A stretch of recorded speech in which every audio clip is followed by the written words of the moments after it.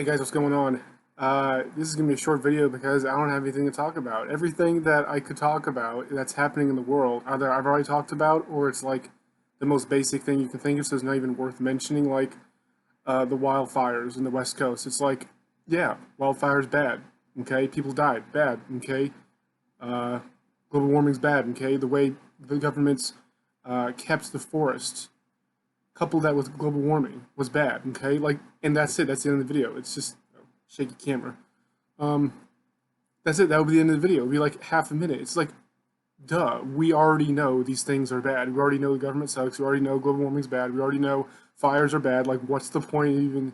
And everything's like that. It's just like there was a shooting of some black guy in Pennsylvania. He charged police with a knife, and then they shot him dead. And now there's protests and burning and looting. It's just like, okay, that's only happened like 10,000 times, um, dozens of times this year, and dozens of times, hundreds of times every single other year. And so we just live in a country where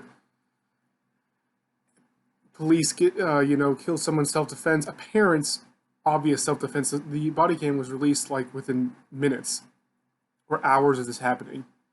And we just live in a country where, yep, people joggers are gonna jog. They're just gonna burn shit, and because it's one of their own, even though they don't take a look at the situation, they don't take a look at evidence, they don't take a look at like. There's something I forgot to mention before with the Kyle Rittenhouse thing. When is the last time you heard any black person or the media, for example, ever say, "Yep, that was a justified police shooting of a black man"? Ever? When's the last time you heard that? When's the last time something like this happened where anyone, a black man, whatever, charges police with a knife or a weapon or something, and then the media is like, "Yep, justified. We're not going to smear this cop. We're not trying to get him fired. Everything's fine. There's no systemic racism in this country." Like, when's the last time that has happened? I can't remember the last time. The media acts like there are no justified police shooting of black men at all. Whenever they shoot Asians or Hispanics or whites, that's always justified because they never say anything about it in any of their coverage ever. Or it's like a little small blip, like a little 2 minute little segment. And then when a black person gets killed by police, no matter the circumstances, it is 24-hour coverage for like 3 fucking weeks. At least, minimum. Yes, there are unjustified police shootings of black men or black people. Every single person acknowledges that. It's that no one's saying that every single time the police shoots a black man, it's justified. There is every single time, without fail, no exception. Like, no one is saying that. What we're saying is that it happens way less than what you're making it out to be. They make it out to be like police are just running wild with their Klan robes and just killing black people in mass all the time, like by the thousands. When you look at the stats, it's nothing even remotely close like that. And then when you look at how often they shoot non-black people, or white people specifically, their whole narrative falls down. But that segues into something else. This is going to be nothing in particular because it's just, I don't know, just me checking in with the normal bullshit. It's like, yep, this is what we live in. Why aren't people more upset? Oh, you support it. Oh, okay. Well, what about you? Okay, you support it too. Oh, you support it too. Oh, and there's some people, like me, who don't support it. They can't do anything about it. It's just like, okay, I guess this is the country we live in, where these things just happen. These absurd, obnoxious, ridiculous things that are not only annoying but like really dangerous towards people's lives. Like, the dozens of people who got killed in the riots after George Floyd. The way the media and the people who reacted to George Floyd mattered for them because it ended their lives. Like, this isn't just annoyance.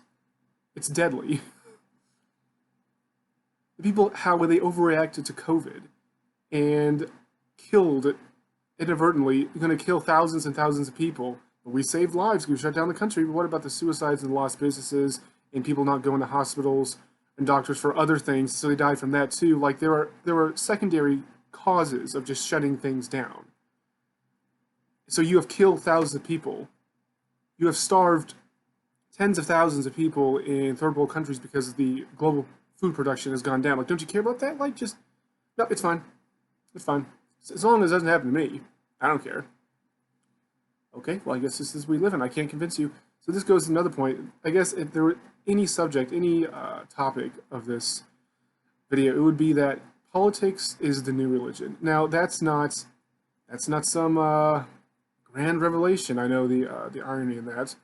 Um, this has been going on for quite a while. I am by far not the first person to have figured this out. This has been going on for decades. It's nothing new. But it is so hyper sensitive. People are so hypersensitive about politics. They have very vocal beliefs, very strong beliefs when it comes to politics. But they are hypersensitive to anyone who even asks questions about, well, why do you believe that? What about this? Why do you say these things? Why do you believe these things? Why do you support this guy? Like, whatever, just basic non-confrontational questions. They get super fucking butthurt about. It's the same thing about someone who is, let's say, devotedly Christian, and they are very zealous in their religion. And then someone just asks, well, why do you believe in God? I don't see any proof of God. Why do you believe these things? And they just get, you're going to hell. What do you mean there's no sign of God? I can't believe you're questioning. I'm going to pray for you. And this, I'm going to get you fired from your job, you heathen. Whatever. It's just this like, oh my God, I can't even ask a question. Like, questions are racist now, in case you didn't notice. But it's like that, but with politics now. It used to, back in my day, I remember talking about politics with all my friends, like, on a semi-regular basis, and we would have disagreements, obviously, but we would never get, like, butthurt about it. We wouldn't fight over it. We wouldn't end friendships over it. It's like, okay, well, you believe in something stupid, and I'm sure you think that I believe in something stupid, but we're going to agree, disagree, and we're going to just have a beer and chill or whatever, and still hang out, and it's fine, because, like, you believe, for example, the economy should be structured this way, and I believe the economy should be structured this way, and it's just whatever. It's like it's like debating what's your favorite car. There's no teeth to it. You were just talking, but now you can't do that anymore. It's like someone getting super butthurt when you say that the Corvette's your favorite car, which really is a Dodge Viper. It's just like, it's just cars, man. We're just talking about. But so that was back in the day. We can have civil discussions. There were always dumb people. Obviously, there were always that one loser who believed in like communism and got super butthurt whenever you mentioned Venezuela or something. Actually, it was for Venezuela, Cuba or whatever. Like, I'm not saying like before it was all sunshine and rainbows. Everything was fine, but it was mostly okay. It was way better than now. It seems like sunshine and rainbows compared to this shit. Where I can't remember the last time I had a civil conversation. I think the last time I had a civil conversation about any political thing was like back in 2013 after Sandy Hook, and me and my friends were talking about it, and they even commented like, wow, I can't believe we're having a civil conversation about this. So that was like 7 years ago. So last time that happened.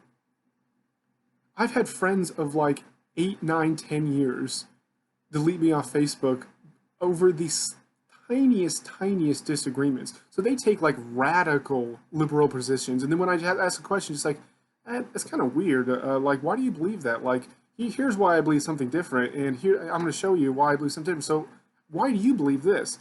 Oh my God, you just utter heresy. I'm going to defriend you, and I'm going to pray for your soul. And I can't believe you're so racist. It's just like, can we not talk? Like, it's the same thing. Like if a Muslim, a Hindu, and a Jew and a Catholic got in a room for 8 hours and tried to convince each other, the other police, they're not going to do it. It's not going to happen. Everyone is so firm in their beliefs, but yet it's weird that you're so firm in these beliefs that you revere them like a religion, but yet you can't defend it at all. You get so scared when someone asks just a basic question about it, and you just clutch your pearls and just rush off to your shrine or your temple or something. Like, it's so weird. I have very adamant political beliefs, as you know if you just watch any 2 videos on my channel. But I will spend, anytime anyone wants to talk about any politics, I'll just sit down and talk with them. I know my positions well enough that I can defend them ad nauseum. But I forgot to put this in the Kyle Rittenhouse video, but like some of my friends were going around saying that he's a white supremacist, even though, and I'm like, well, all I asked was, okay, we all know that's bullshit. He wasn't a white supremacist. There's absolutely no proof that he's a white supremacist. But all I did was ask, what proof do you have that he's a white supremacist? delete, ban, never talking to you again. This is like a friend of 8 years. And I'm like, so asking for proof of someone who is a white supremacist is now like an unforgivable sin in their religion, the religion of radical leftism. No, you're just supposed to accept it. If the NPC on CNN or MSNBC says that Kyle Rittenhouse is a white supremacist, or you see some random social media post by some random guy who you don't know, but your friend shared it, so it's fine, right? Um, Saying that Kyle Rittenhouse is a white supremacist, you're supposed to believe it. You have to believe it. He has to be the bad guy in their ideology, in their religion. And when you just ask, well, I don't know 100% that he's not a white supremacist. Like, hypothetically, yeah, that is true. I guess there could be some evidence that I don't know about because I have not seen every single thing that he's ever done in his life. Like, so I'm just asking, what proof do you have of this? Like, I don't have any proof. So if I don't have any proof that someone's a white supremacist, I'm not going to call him white supremacist. So I'm just like, what proof do you have? Ban. It's like, okay, so this is the country we live in now, where we're supposed to just accuse 17-year-olds of white supremacy, and then when you ask for evidence, you're just a social pariah. Like, oh my God, it's just. So I think that's all I have to say. There's nothing else I need to say. I'm just going to end up repeating myself, and we're already over 10 minutes here. But it's just like it's so absurd the country we live in now, and I don't even know what to say. I'm just kind of numb to it because there's one or two ways you react to it. Either you rage at it, which I do rage at it a lot, obviously, but I try to tone it back and I just laugh at it. I'm just like, it's a joke. You're a joke. If you get so butthurt about crap like that, then you're a joke, and I'm not going to take you seriously enough to get mad over it. You're not worth my anger. I reserve my anger for people who really deserve it now. And you being a fucking retard, believing all this wacko shit just because you see it on random social media posts in the media because you believe the media, which I cannot believe that 2020, I believe the media. Like it's,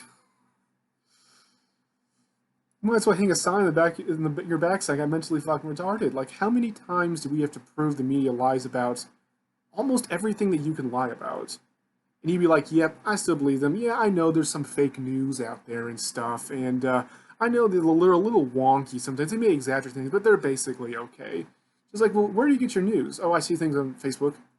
Well, do you ever, like, look into it? Do you ever, like, they cite a study saying COVID does the ABC? Do you ever, like, look it up? Do you ever, like, look at the researchers who did it, see what where the biases are, their past work? Do you ever, like, look at the institutions they work at, see if it's, like, a crackpot hospital, or is it like John Hopkins? Like, do you ever like look at these things? Like, oh no, I just look at it.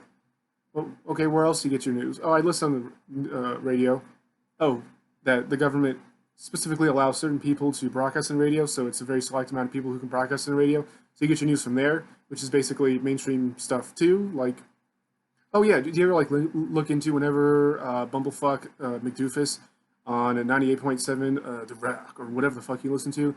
Just like, oh, COVID numbers are this, and George Floyd riots are this, and the deficit's like this, and Trump did this. He's really racist. You ever like look into those things, like to make sure he's telling the truth, or like maybe there's another side, or maybe he's completely correct. I don't know. I'm not saying he's automatically wrong. It's like, do you ever look into it? No, I don't have that. Okay, so you like never. So someone could be lying to you this entire time. The person you listen to on the radio and the political stuff, your radical excuse me, hairball. Your radical friends share on Facebook, and they can be totally lying to you the entire time, and you would never know any better because you never look anything up. And you're okay with that.